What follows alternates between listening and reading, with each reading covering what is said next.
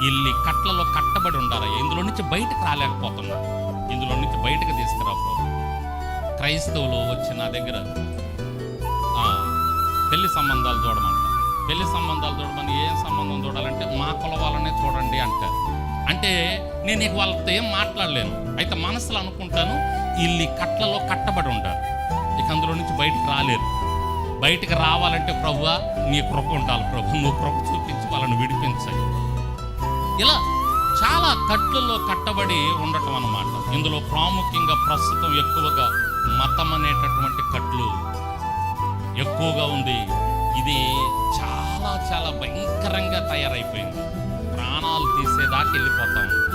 మా మతం గొప్పది, మా మతం గొప్పది, మా దేవుడు గొప్ప, మా ఆచారాలు గొప్ప అని చెప్పేసి భయంకరంగా ఈ మతపు మత్తులో ఉన్నారు.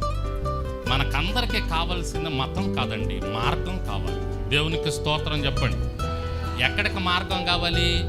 పరలోకానికి.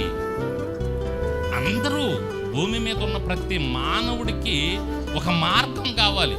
ఆ మార్గం పరలోకానికి. ఆ మార్గాన్ని ఎత్తుక్కోవాలి కానీ మతాన్ని కాదు. వాళ్ళు ఏమనుకుంటున్నారు? మతం ద్వారా మేము పరలోకానికి వెళ్తాం, మోక్షానికి వెళ్తాం అనుకుంటున్నారు. మతం ద్వారా ఎవరు వెళ్ళరు. మార్గం, ఆ మార్గం ఎవరు అనేది తెలుసుకోవాలి.